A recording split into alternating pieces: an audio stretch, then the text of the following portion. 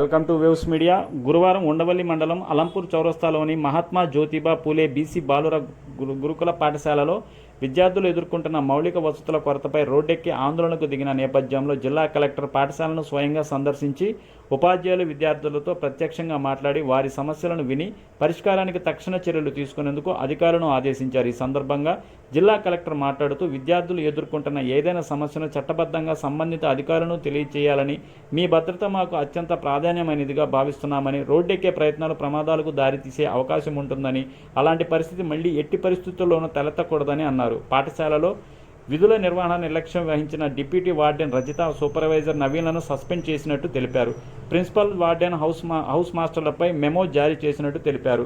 ఈ కార్యక్రమంలో జిల్లా కోఆర్డినేటర్ అనిల, ప్రధానోపాధ్యాయులు Ramakrishna, KGVV principal Parimala, sub inspector Sekhar, warden Renuka, ఉపాధ్యాయులు, విద్యార్థులు తదితరులు పాల్గొన్నారు.